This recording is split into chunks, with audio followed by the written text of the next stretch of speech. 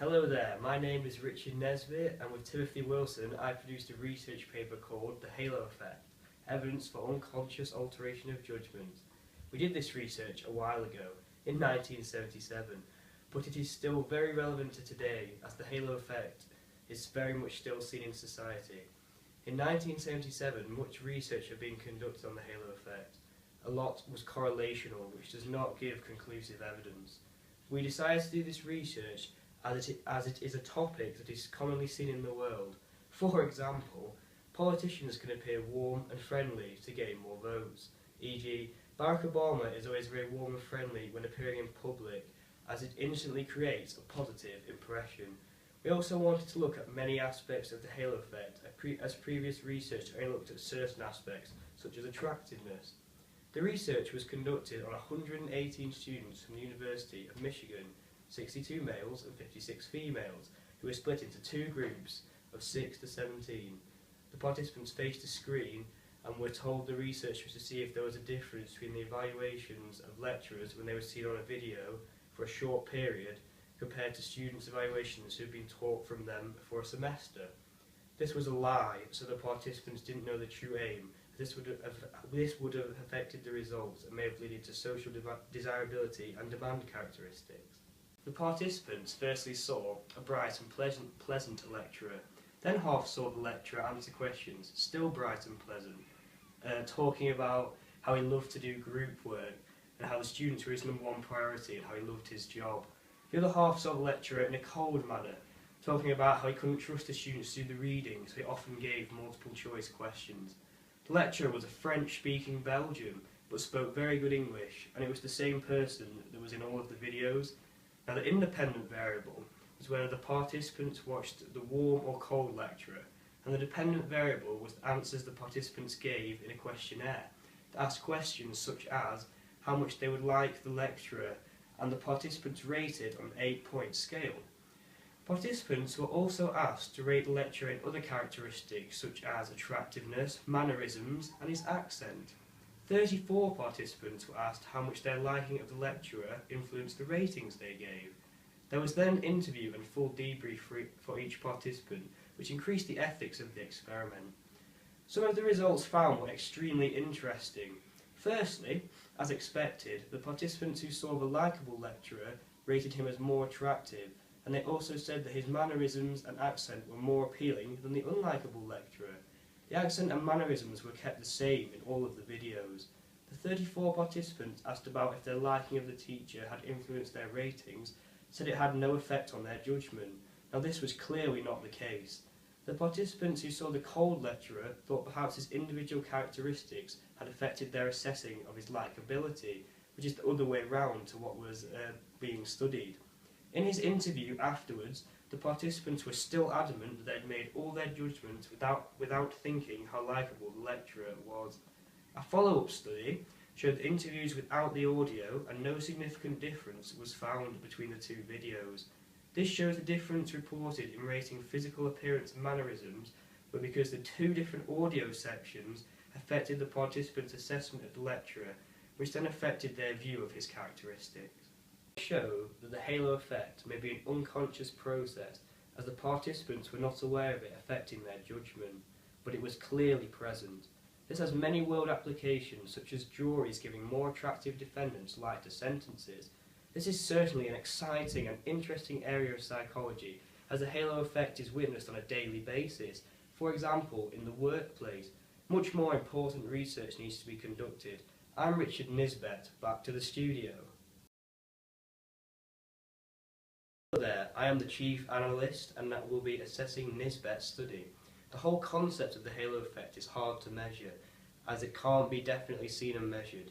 We can only infer it exists, and something else could be causing the results, such as a different cognitive process.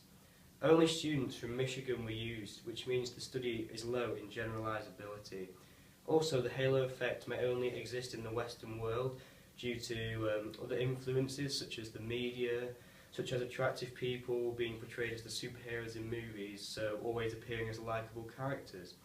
In other cultures without television, the halo effect may not be present, so this could be investigated, as it hasn't already been done so.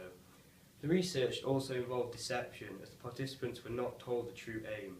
This was necessary, or else the results may have been affected. Also, the study involved videos, and this can be hard to assess a person's likability via a video, as in reality this would be done with the person present, so this lowers the ecological validity of the research.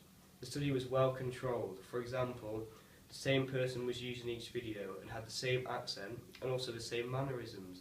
A questionnaire was used, which can be subjective, as rating scales were used, and a score of 8 can mean different things to different people. The follow-up study increases validity, as it makes sure the audio section is causing the difference in global assessment.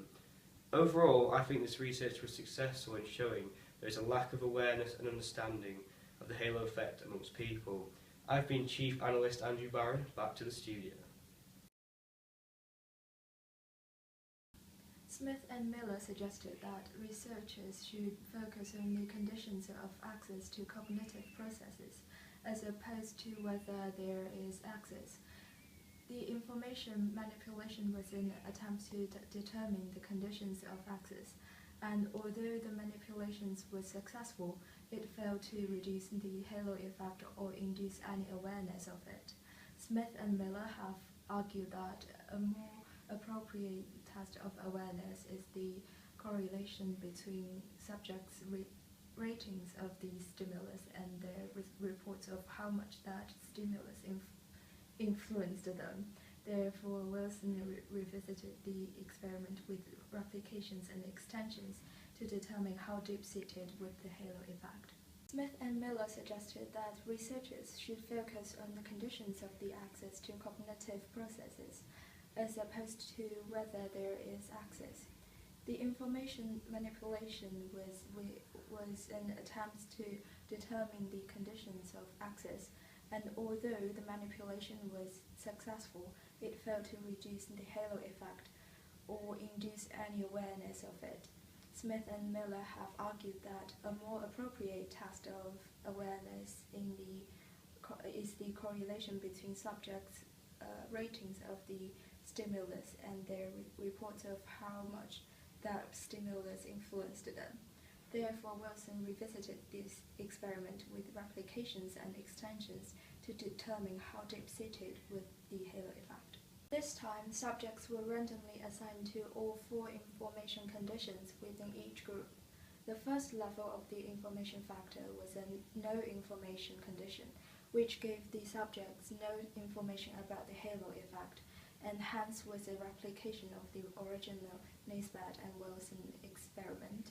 Subjects in the second condition, labeled introspections, were told that the original impetus of the research was to examine what factors influence the people's internal impressions of other people, and that one purpose behind the experiment was to examine how sensitive and aware people are of the various factors which influence their perceptions of other person.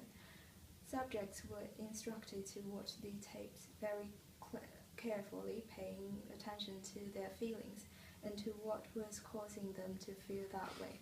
The third condition, called the informed negative condition, actually gave subjects a complete explanation of the halo effect and a strong motivation not to demonstrate the effect.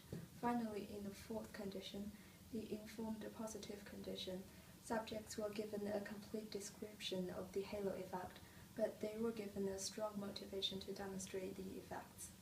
The results showed that there were no significant effects for the information manipulation on self-reports about the effects of liking on accent, mannerisms, and attractiveness ratings. Thus, telling the subjects what the halo effect was did not significantly influence their awareness of the effect. However, inconsistent with Nisbett and Wilson's findings, subjects in this study were generally willing to admit that their liking for the professor slightly influenced their halo variable ratings.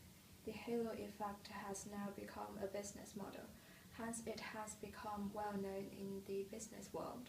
Marketing specialists make use of associations to well-known brands or names to make their product appear better.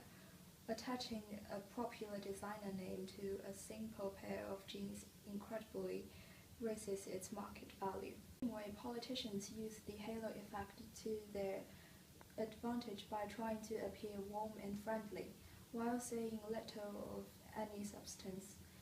People tend to believe their policies are good because the person appears good.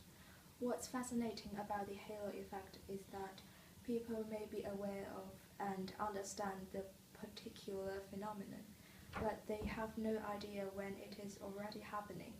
Without realizing it, we naturally make judgments, and then, even when it's pointed to us, we still deny that it is a product of the halo effect phenomenon.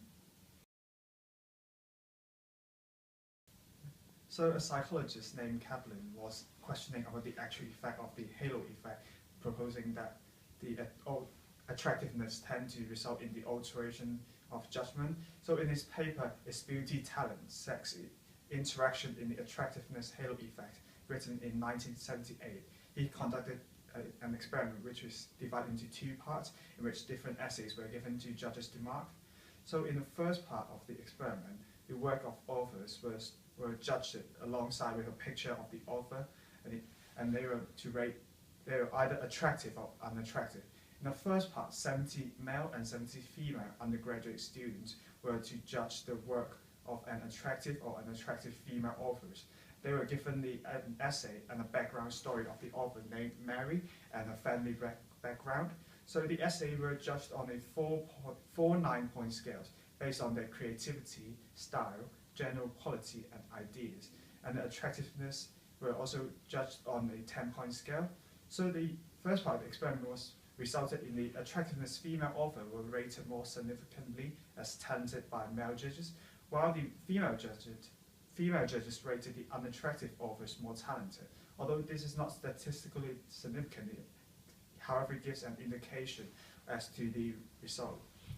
So the second part of the experiment, the male and female judges were to rate the works of attractive and unattractive male authors. So basically, it was really similar to the first part, but it was really different. The result does not correlate at all, and the attractive halo does not exist for male authors.